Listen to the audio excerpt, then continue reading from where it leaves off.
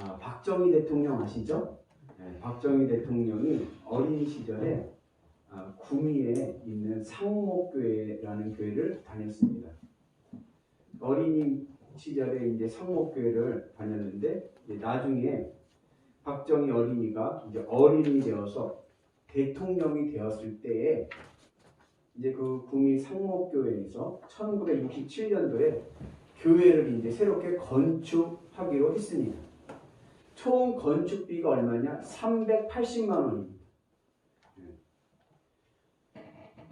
그런데 이제 그 장로님들이 모여서 재정이 모자라서 회의를 하는 거예요. 그래서 이제 감리교회는 당회라고 하면은 이제 입교인들이 모여 있는 교인 전체들의 회의를 당회라고 하고, 장로교회에서는 장로님들이 모여서 하는 회의를 당회라고 합니다. 그 장로님들이 모여서 하는 당회에서 이제 의견이 어떻게 나왔냐면, 대통령이 어려서 주일학교 때부터 중학교 때까지 우리 교회를 다니지 않았냐. 그러니까 대통령에게 좀 도와달라고 하자. 그래서 통 크게 건축비가 380만 원인데 300만 원을 대통령한테 대달라고 하자. 이제 이렇게 이제 결의를 한 거예요. 그러니까 어려서부터 같은 고향에서 자라고 다 형 동생하고 지냈을 거 아닙니까? 그러니까 이제 그렇게 이제 대통령한테 도움을 구하기로 하고, 그리고서 이제 청와대에다가 이제 대통령 면담을 신청을 한 겁니다. 그런데 대통령이 그 장로님들을 만나줬어요. 청와대에 불렀습니다. 불러가지고 만나가지고 박정희 대통령이 이제 장로님을 만났는데, 거기서 이제 박정희 대통령이 어린 시절 얘기를 하는 거예요. 자기 어린 시절을 그래서 이야기를 합니다. 내가 왜 교회를 안 다니는 줄 아십니까? 박정희 대통령이 중학교 때까지는 상목교회를 다녔는데 그 다음부터 교회를 안 다녔어요. 내가 왜 교회를 안 다녔는지 아냐 물으면서 이런 얘기 하는 거예요. 내가 어려서 주일학교 때부터 교회를 참 열심히 다녔다. 그런데 교회 가면 교인들이 집사님 아이, 권사님 아이는 잘해주고, 나는 나 혼자 교회를 다니는데 혼자라고 냉대해줘. 간식을 줘도 조금 주고, 성경 퀴즈 대회에 나가서 내가 1등 했는데 2등이 선물이 더 좋아. 이런 차별을 받은 거예요. 그러면서 박정희 대통령이 어려서 어린이 박정희가 중학교 이제 사춘기 아닙니까? 그때 내가 다시는 교회 안 나간다. 그러한 마음을 먹었다는 겁니다. 그러면서 그래도 교회 짓는다고 하니까 내가 건축 헌금하겠다 하고 100만 원을 헌금했다고 합니다. 그때 교회에서 그냥 혼자 열심히 다니 얼마나 기특해요, 그죠? 안 믿는 부모님들은 안 믿는데, 그때 좀 이 어린이 박정희를 사랑을 잘 돌봤더라면 또 어땠을까? 이 나라의 역사가 또 어떻게 변했을까? 그런 생각을 하게 됩니다. 1994년도에 여러분 사회를 경악시켰던 연쇄 살인 조직이 있었습니다. 혹시 기억하시나요? 지존파라고. 이 지존파 얼마나 악랄했냐면, 이 사람을 죽이는 것만 아니라 그 사람을 또 먹어가지고 또 사회를 깜짝 놀라게 만들었습니다.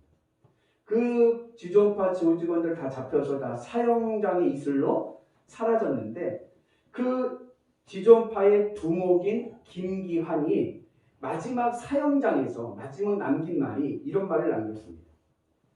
제가 이 큰 죄를 지은 것은 초등학교 선생님의 꾸지람 때문입니다. 17년 전 미술 시간에 크레용을 못 가져갔습니다. 선생님이 왜 크레용을 안 가져왔냐고 물었습니다. 나는 집이 가난해서 못 가져왔다고 했습니다. 그때 선생님은 훔쳐서라도 가져와야지 하면서 나를 마구 때렸습니다. 그때부터 김기환은 훔치기 시작했고 급기야 강도와 살인을 하게 되었습니다. 여러분, 어린아이에게 무심코 뱉은 한마디가 다음 세대에 엄청난 영향을 끼칩니다. 그래서 우리가 이 어린아이들을 대할 때 사랑과 그리고 인격으로 대할 수 있는 은혜가 있기를 주님의 이름으로 축복합니다. 오늘은 어린이 주일입니다. 예수님은 복음을 전하실 때 어려운 말, 철학적, 과학적 이런 어려운 말을 하지 않으시고 누구나 들을 수 있는, 아이들도 들을 수 있는 쉬운 말씀으로 천국 복음을 전해주셨습니다. 특별히 예수님은 어린아이들에 대한 사랑이 각별했습니다. 그래서 제자들은 어린아이들이 오는 것을 굉장히 싫어했어요. 귀찮아하고 싫어했지만 예수님은 오히려 어린아이들이 오는 것을 막지 말라고 얘기했습니다. 저희가 이제 개척을 했을 때, 처음 개척했을 때요, 이제 아이들을 이제 교회에 아무도 없는 거, 우리 가족만 딱 5명 있는 거예요. 그래서 이제 어떻게 해야 되나? 우선은 그때가 저희 교회가 8월 5일 날 개척을 했거든요. 그래서 주일학, 여름 성경학교를 연 거예요.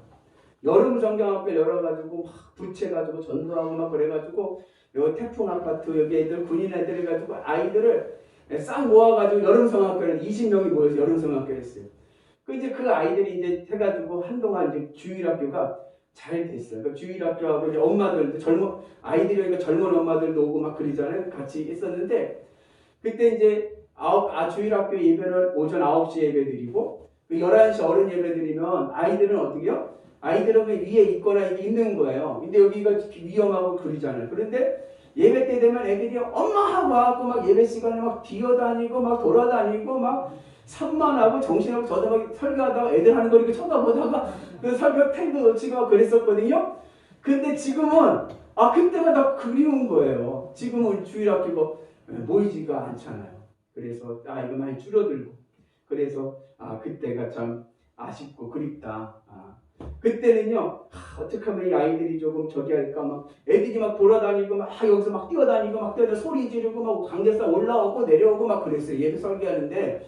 근데 그게 그렇게 귀찮아 보였는데, 그때 제자의 마음이었죠. 근데 요즘에는 가만히 이렇게 보면은 그때가 그립고, 예수님께서 말씀하셨듯이 어린아이를 내게 오는 것을 가까이 하지 막질 말아라. 그래서 어린아이들이 우리 교회에도 많이 부흥되기를 축복합니다. 그래서 아이들 많이 전도하시고 복음의 은혜가 있기를 주님의 이름으로 축복합니다. 예수님은요, 이 어린아이들이 오는 것을 막지 않으셨습니다. 그리고 뭐라고 말씀하셨냐면 심지어 하나님의 나라는 어린아이의 것이다 라고 말씀하십니다. 같이 있습니다. 예수께서 그 어린아이를 불러 가까이 하시고 이르시되 어린아이들이 내게 오는 것을 용납하고 금하지 말라. 하나님의 나라가 이런 자의 것이니라. 오늘 우리는 어린아이들의 모습을 통해서 하나님의 나라가 어떤 사람들의 것인지를 배우게 됩니다. 첫째로 어린아이와 같이 하나님 나라에 들어가는 자는 어떠한 자냐면 주님 앞에 자기를 낮추는 자입니다. 같이 있습니다. 그러므로 누구든지 이 어린아이 같이 자기를 낮추는 사람이 천국에서 큰 자입니다. 자기를 낮출 수 있는 겸손한 자가 천국에서 큰 자입니다. 낮춘다라는 게 뭐냐? 낮춘다라는 얘기는 내 의견을 죽이고 상대방의 의견을 전적으로 받아들이는 거예요. 그것이 낮추는 것입니다. 그리고 그렇게 겸손한 자가 바로 하나님 나라에 들어가는데 누구 앞에서 자기를 이렇게 낮추느냐? 주님 앞에서. 주님 앞에서 자기를 낮추는 자가 하나님 나라에 들어가게 됩니다. 그래서 주님 앞에서 낮춘다는 얘기는 뭐냐면 주님 앞에서 나는 틀리고 주님이 옳습니다. 그러니까 내 생각과 내 판단이 옳은 게 아니라 주님이 옳은 거예요. 그러니까 주님 앞에서는 나는 틀렸다는 것을 인정하고 주님의 것을 전적으로 받아들이는 은혜가 있기를 축복합니다. 여러분 아담과 하와가 왜 범죄하였습니까?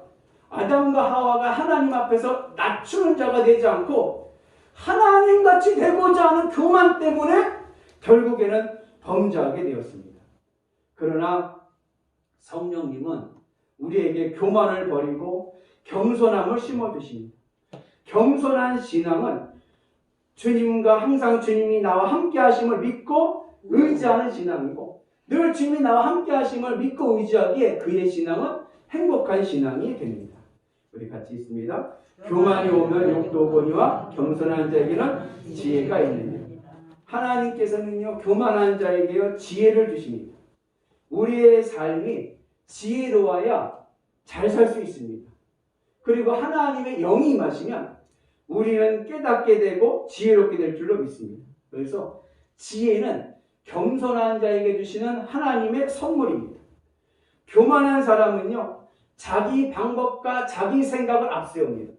교만은 내가 옳다라는 거야. 내 말이 옳으니까 교만해지는 거야. 그러한 사람들에게는 욕을 먹습니다. 그래서 뭐래요? 교만이 오면 뭐가 와요? 욕도 오고요. 교만하면 욕을 먹는다는 거예요. 그러나 겸손하면 하나님의 은혜 안에서, 하나님의 뜻 안에서 살아가는 은혜가 있는 줄로 믿습니다. 왜요? 겸손하면 내가 틀리고 누가 옳아요? 주님이 옳기 때문에 늘 먼저 뭐요? 주님 앞에 기도하고 주님의 뜻을 구하는 은혜가 있습니다. 늘 무엇을 하든지 하나님의 영광을 생각하고 하나님이 원하시는 것을 먼저 소원합니다. 그래서 겸손한 자는요, 늘 소원이 뭐냐? 하나님께 영광이 되는 것이 소원이 되고, 그러한 소원을 갖게 되기 때문에 겸손한 자의 소원은 하나님이 응답하십니다. 같이 있습니다. 여호와여, 그들의 마음을 준비하시며 귀를 기울여 들으시고. 여러분, 소원 있으시죠? 김기환 권사님, 소원 있으세요? 네. 무슨 소원 있으세요? 엄마가 좀 건강하시고. 할렐루야. 야, 우리 김기환 권사님은 진짜 효녀세요. 어머니가 94세신데 그 어머니 누워 계셔서 걷지 못하시면 늘 그냥 그냥 다 받아주시고 다 닦아주시고 하시는데, 어머니 오래 사시는 게 소원이다. 100살까지는 충분히 사실 것 같습니다. 그 은혜가 있길 축복합니다. 근데 겸손한 자에게는 소원이 있잖아요. 그 겸손한 자의 소원은 하나님께서 응답해 주실 줄로 믿습니다. 그래서 인간의 생각으로는 불가능한 것 같은 소원도 내가 주님 앞에서 겸손하면 하나님께서 이루어 주십니다. 하나님의 말씀은요, 1.1획도 거짓이 없습니다. 하나님께서는요, 겸손한 자의 기도에 귀 기울여 주실 줄로 믿습니다. 여러분, 우리가 인간 사회에서도 말할 때 내 말을 잘 들어주면 어때요? 기뻐요. 근데 내 말을 잘 안 들어주면 어떻습니까? 그러면요, 내 말이 말 같지 않아요? 화가 나고 섭섭하고 짜증이 납니다. 그러나 하나님께서는 겸손한 자의 기도를 들어주십니다. 그러므로 오늘 우리는 겸손한 자가 되어서 하나님 앞에 기도하는 은혜가 있기를 축복합니다. 겸손한 마음으로 기도하는 그 기도는 하나님이 응답해 주실 줄로 믿습니다. 어린아이는요, 하루에 몇 번 웃느냐? 300번 이상 웃는답니다. 근데 어른은 하루에 8번 웃기도 어렵습니다. 여러분들은 하루에 몇 번씩 웃으십니까? 웃지 않으니까 늘 근심 속에 살아가고 혈액순환이 안 좋아지고 건강이 안 좋아집니다. 그러나 우리가 겸손해지면 하나님께서 우리의 소원을 들어주시니까 늘 할렐루야 기쁨의 은혜가 넘쳐나고 웃을 일들만 일어날 줄로 믿습니다. 여러분들의 인생이 늘 웃음으로 가득하길 축복합니다. 그래서 하나님께서는 우리를 또 겸손한 자들을 붙잡아 주십니다. 우리 같이 있습니다. 여호와께서 겸손한 자들은 붙드시고 악인들은 땅에 엎드려 내리시는도다. 우리가 겸손하면 전능하신 하나님께서 우리의 연약한 마음과 기울어져가는 사업과 약해지는 육신을 강하게 붙잡아 주시고 회복시켜 주실 줄로 믿습니다. 하나님의 은혜와 복이 우리 가운데 임하게 되는 줄로 믿습니다. 그리고 또 겸손한 자는요, 자기만 잘 살려고 하지 않고 내가 주어진 삶 속에서 감사하면서 또 이웃들을 도와주는 은혜가 있습니다. 그래서 겸손한 자들은 함께 잘 살고 행복하기를 추구합니다. 그러나 교만한 사람들은 어때요? 교만한 사람들은 남을 망하게 할 뿐 아니라 자기 자신도 망하게 됩니다. 그래서 우리가 버려야 될 마음가짐은 뭐냐? 너 죽고 나 살자. 이런 마음은 버려야 됩니다. 일본 사람들은 바둑을 좋아해요. 그래서 일본 사람들의 성향이 뭐냐? 어떻게 하면 저거 잡을까? 하면 잡을까? 이런 궁리를 하며 산다고 합니다. 미국 사람은 미식 축구를 좋아합니다. 땅 따먹기를 좋아해서 막 넓혀가는 걸 좋아합니다. 한국 사람은 뭘 좋아할까요? 한국 사람은 윷놀이를 좋아합니다. 그래서 잡아먹기 좋아하고요. 불로소득해서 업어가기를 좋아합니다. 얼마나 잡아먹기를 좋아하는지 우리나라 사람들은 위인이 없어. 조금만 잘 나가면 그냥 끄집어내려고 하고 쓰러뜨리려고 하고 없애려고 하고 그럽니다.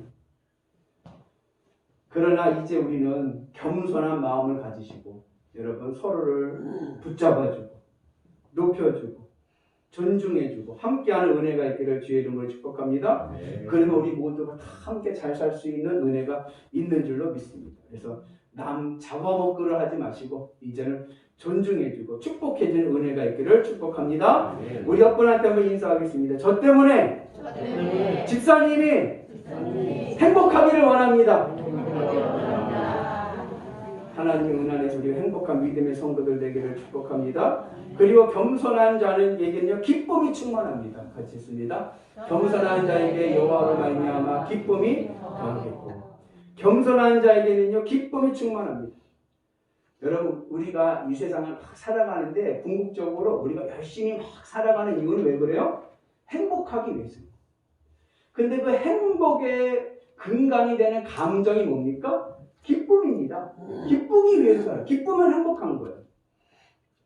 그래서 세상 사람들은요 그 기쁨을 누리기 위해서 그 행복을 누리기 위해서 돈을 열심히 법니다. 왜? 돈을 많이 벌면 행복할 것 같으니까 기쁘니까 열심히 버는 거예요. 또 춤추러도 다니고 운동하러 다니고 취미생활하고 이런 것들이 뭐예요? 다 자기 성취, 자기 기쁨을 위해서 그렇게 살아갑니다. 그런데 세상이 주는 기쁨은 일시적입니다. 마치 탄산음료와 같습니다. 그래서 마실 때는 짜릿해요. 짜릿한데 좀 지나면 어떻게 돼요? 좀 지나면요 더 목마르게 됩니다. 조금만 더라는 병에 걸려서 내가 목표한 것이 이루어지면 거기에 만족하지 못하고 조금만 더 목마르려 합니다. 우리의 인생의 참된 기쁨은 어디에 있느냐? 하나님께 있는 거예요. 내가 하나님으로 기뻐할 때에 우리는요 진정한 기쁨을 누릴 수 있는 줄로 믿습니다. 그래서 하나님으로 기뻐하면요 내가 어느 곳에 있든지 무슨 형편에 있든지 우리는 진정으로 기뻐하면서 감사하면서 살아갈 수 있는 은혜가 있는 줄로 믿습니다. 기쁨이 없으면 보람도 없습니다. 그러므로 어린아이와 같이 낮아지는 겸손한 신앙인을 되셔서 주님으로 기뻐할 수 있는 은혜가 있기를 주님의 이름으로 축복합니다. 그가 뭐야? 하나님의 나라에 들어가는 존귀한 자가 될 줄로 믿습니다. 두 번째로 어린아이와 같이 하나님 나라에 들어가는 자는 어떤 자냐? 하나님을 의지하는 자입니다. 오늘 예수님께서 어린아이라고 하는 이 어린아이라는 단어가 헬라어로는 파이디온인데 그 나이가 언제냐면 6세 이하입니다. 6세 이하의 어린아이입니다. 이 6세 이하의 어린아이들은 부모를 절대 의지합니다.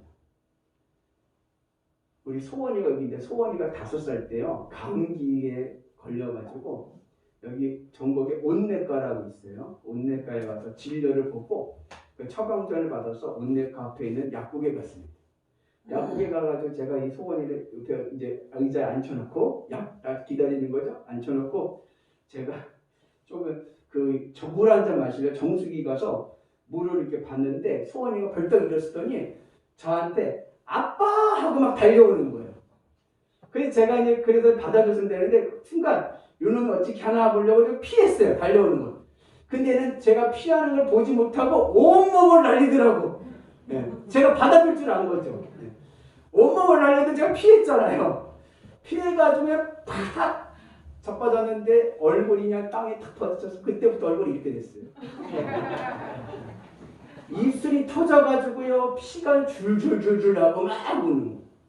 여러분 부모는 피해도 하나님은 피하지 않습니다. 하나님은 반드시 우리를 붙잡아 주시고 축복해 주시고 인도해 주실 줄로 믿습니다. 그러므로 우리가 하나님을 의지하면 하나님 우리를 지켜주실 뿐만 아니라 우리의 필요를 채워주실 줄로 믿습니다.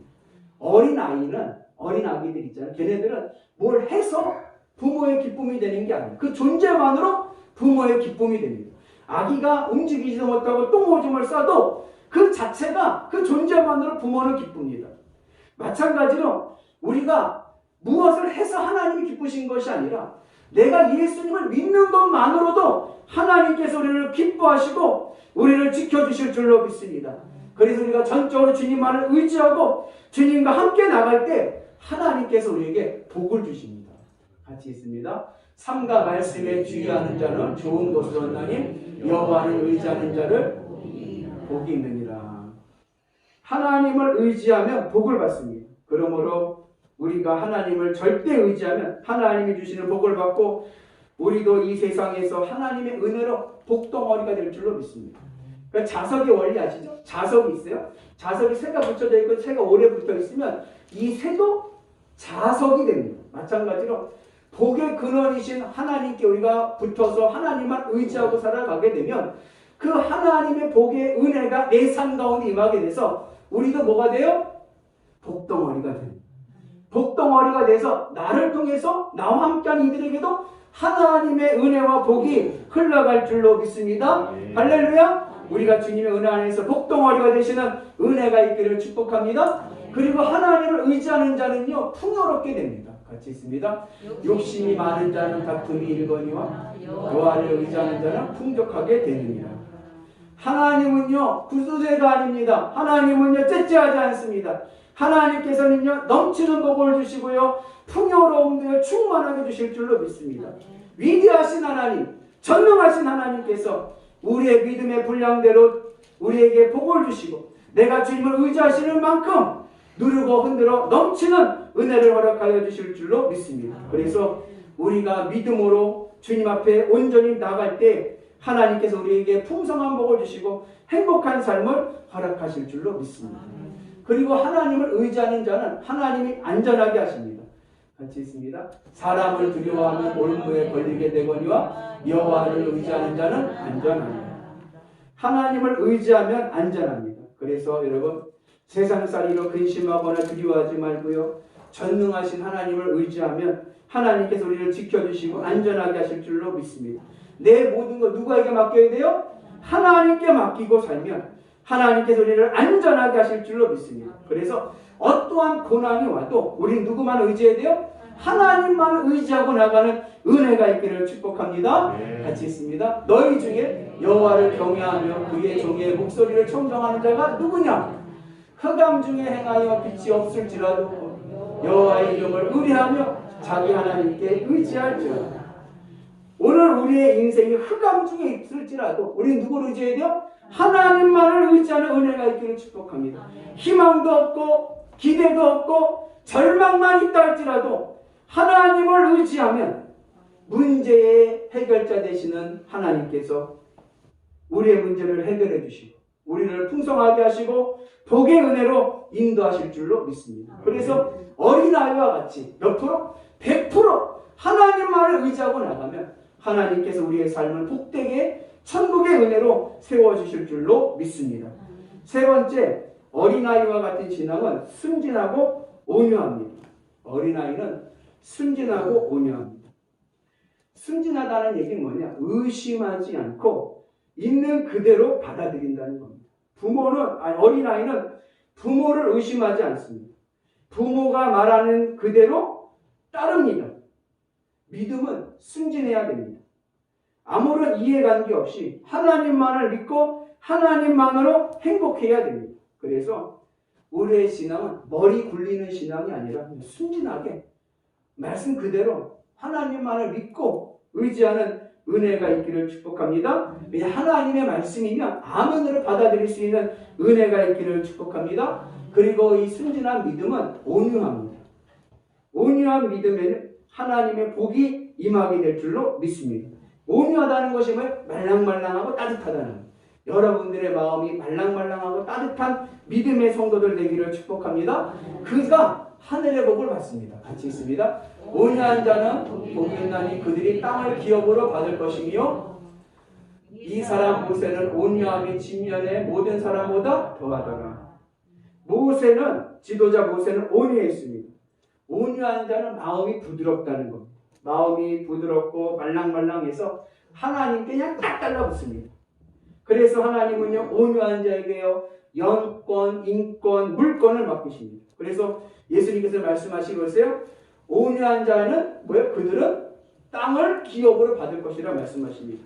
땅의 기업, 땅의 축복을 받기를 원하십니까? 여러분 온유한 믿음의 성도들 되시기를 주님의 이름으로 축복합니다. 어린아이와 같이 어린아이의 마음과 같이 예수님을 믿고 예수님의 은혜 안에 살아가면 우리가 온유한 자에게 주시는 영권과 물권과 인권의 축복을 받는 은혜가 있는 줄로 믿습니다. 복음은 단순합니다. 복음은 어린아이와 같습니다. 오늘 우리가 어린아이와 같이 하나님을 절대 의지하고 살아가면 구원받고 복받는 은혜가 있는 줄로 믿습니다. 어린아이의 믿음을 가집시다. 하나님 의존도 100% 순진하고 순수한 믿음의 성도가 되기를 주님의 이름으로 축복합니다. 어린아이와 같이 하나님 나라에 들어가는 자는 하나님 앞에서 자기를 낮추는 자입니다. 하나님을 의지하는 자입니다. 순진하고 온유한 자입니다. 우리의 신앙이 어린아이와 같은 신앙이 되어서 하나님이 약속하셨던 풍요로움, 하나님이 약속하셨던 땅의 기업, 하나님이 약속하셨던 기쁨의 은혜가 오늘 우리 가운데 임하는 귀한 성도들 되시기를 주님의 이름으로 축복합니다. 그리고 또 한 가지, 오늘 이 어린아이라는 이 어린아이를 아동심리학적으로 보면 이 어린아이의 신앙에 또 다른 의미가 있는데, 그것은 뭐냐면 이 어린아이 신앙은 하나님이 내 인생에서 첫 번째가 되는 신앙입니다. 내 인생의 기쁨과 만족의 이유가 하나님이 되는 신앙입니다. 오늘 예수님께서 말씀하신 어린아이는 몇 세 이하라고 했죠? 6세 이하라고 했죠. 6세 이하의 아이들의 심리적인 특징이 있는데, 그것은 뭐냐면 이 아이들은 관계성을 통해서 나라고 하는 자아를 성립해가는 시기입니다. 아이가 다 태어나지 않습니까? 응이하고 태어나면 이제 엄마가 안아주고 젖먹이고 키우지 않습니까? 엄마 이렇게 젖먹으면서 엄마 이렇게 쳐다보면서 이 아이는 엄마와 내가 연결되어 있는 하나라고 생각합니다. 엄마와 나는 한 몸이라고 생각을 합니다. 연결되어 있다고 생각을 하는 거예요. 그러다가 돌이 지나면서 이 아이가 이제 뭘 깨닫게 되냐면, 엄마와 내가 떨어져 있구나. 한 몸으로 연결되어 있는 게 아니라 떨어져 있구나. 이것을 이제 인식하게 됩니다. 그러면서 분리개별화라고 해서 이제 엄마와 아이가 분리되는 그러한 관계가 이제 이루어지는 거예요. 그래서 이게 언제까지 일어나냐? 3살 때까지 일어나요. 그럼 3살 때 일어나면 3살 때까지 엄마와의 분리개별화가 일어나면서 무슨 개념이 생기냐면 너라는 개념이 생기는 거예요. 너와 나라고 하는 개념이 생기는 거예요. 그러면서 내가 아빠를 보면서 아빠와 나도 다르고 형과 누나와 그리고 동생이나 형제들을 보면서도 이 존재가 나와 다르다는 것을 깨닫게 되는 거예요. 그러면서 뭐가 형성되어? 자아가 형성되어 가는 것입니다. 그렇게 돼서 6살이 될 때 건강한 자아가 생깁니다. 그리고 난 다음에 유치원에 가고 학교 생활을 하면서 뭘 키워요? 사회성을 키워가는 겁니다. 이런 어린아이의 심리 발달에서 오늘 우리는 나라고 하는 존재를 어디서 성립을 해야 되느냐? 하나님과 예수님과의 관계성 속에서 나라고 하는 정체성을 찾아야 됩니다. 그리고 나서 세상과 관계를 맺어야 됩니다. 그런데 대부분의 사람들은 하나님과 예수님과의 관계에서 나라고 하는 정체성을 찾지 못하고 세상 속에서의 나를 찾은 다음에, 세상 속에서의 나라고 하는 정체성을 찾은 다음에 하나님과 관계를 맺으려고 합니다. 그러니까 세상 속에서 나는 아빠이고 엄마이고 누구의 엄마이고 나는 사장이고 직원이고 이러한 세상적인 정체성 자아를 찾은 다음에 하나님과 관계를 맺으려고 하니까 하나님을 먹잇감으로 생각을 하는 거예요. 거미줄에 쳐져 사회성의 관계 속에서 거미줄에 쳐진 그런 복잡한 사회 관계 속에서 걸려든 먹잇감처럼 하나님을 이용하려고 하고 하나님을 부려먹으려고 하는 것입니다. 그래서 이러한 마음의 상태에서는 하나님의 나라에 들어갈 수가 없습니다. 나라고 하는 정체성을 아이가 엄마와 관계 속에서 찾아가듯이 오늘 우리는 누구와? 하나님과 예수님과의 관계성 속에서 나라고 하는 정체성을 찾아가는 은혜가 있기를 축복합니다. 그래서 이제는 내가 호족상의 아무개의 아들과 딸이 아니라 하늘에 계신 하나님의 아들과 딸이라는 정체성을 찾아서 나는 하나님의 자녀이고 왕같은 제사장이고 선민이고 이스라엘이다.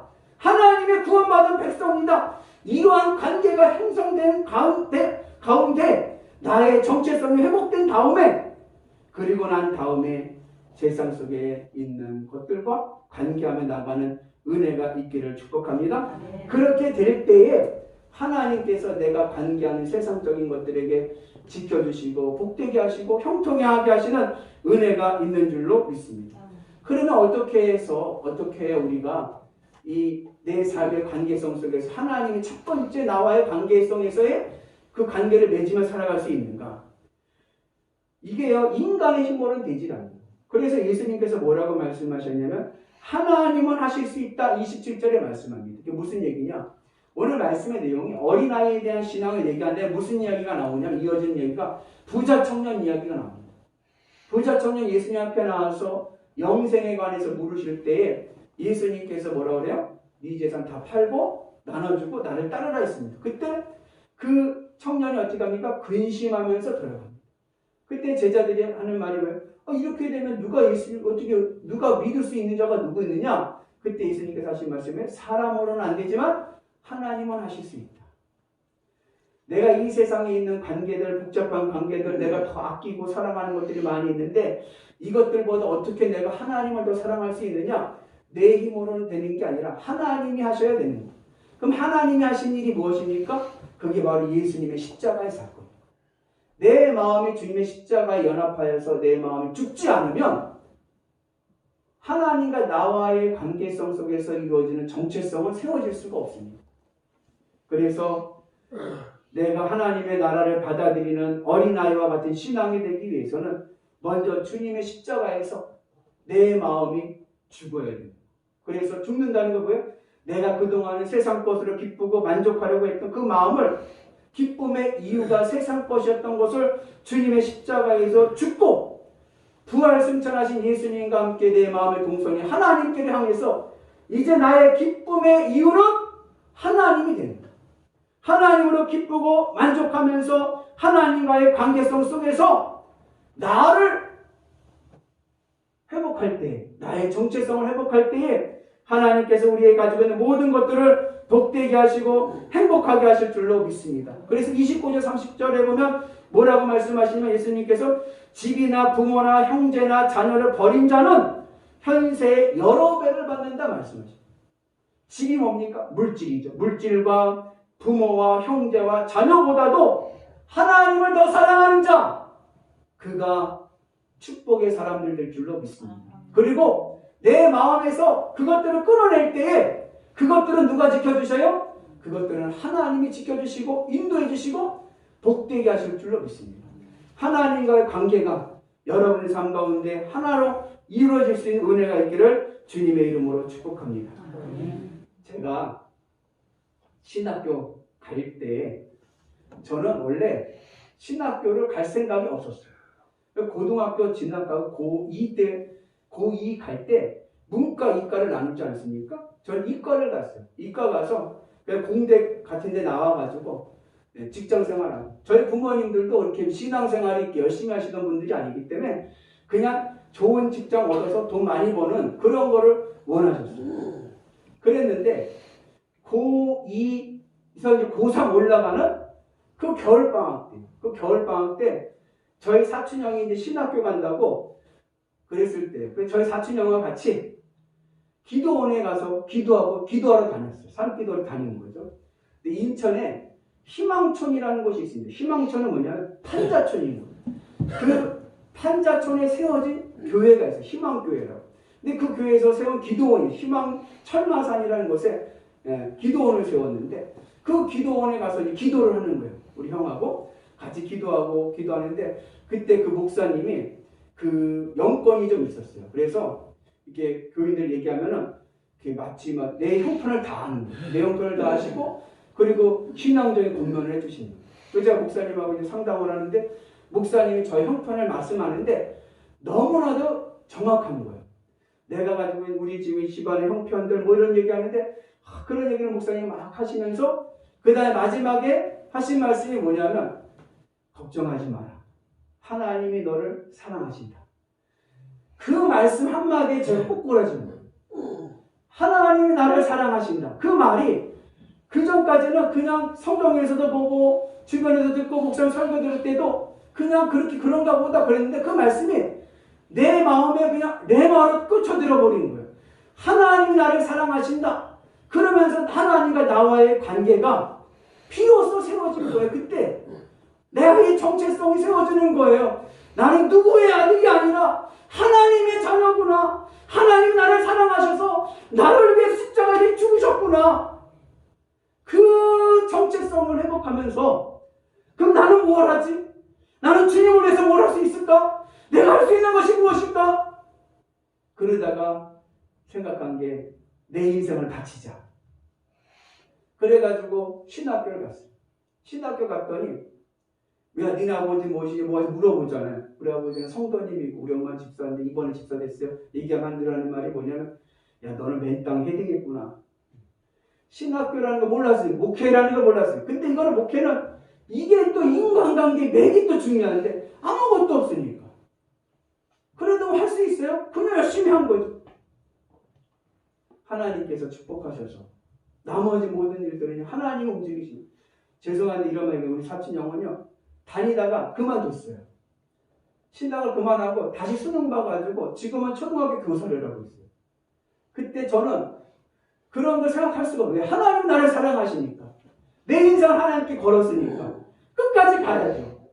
그리고서는 대학원 졸업할 때도 아무런 맥도 없지만 하나님께서 길을 열어주셔서 목회도 제때 잘 나가게 하시고 또 이렇게 영일교회 섬기게 하게 하시고 이렇게 존귀한 성도님들 만나게 하시고 저는요 복에 복을 받았습니다. 그래서 사람들이 저를 볼 때마다 어떻게 그렇게 인복이 많냐.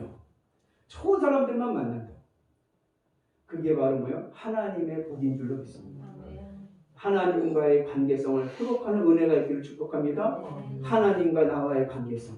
하나님을 통해서 나의 정체성을 찾으면 그 다음부터는 하나님께서 내 인생을 책임져 주실 줄로 믿습니다.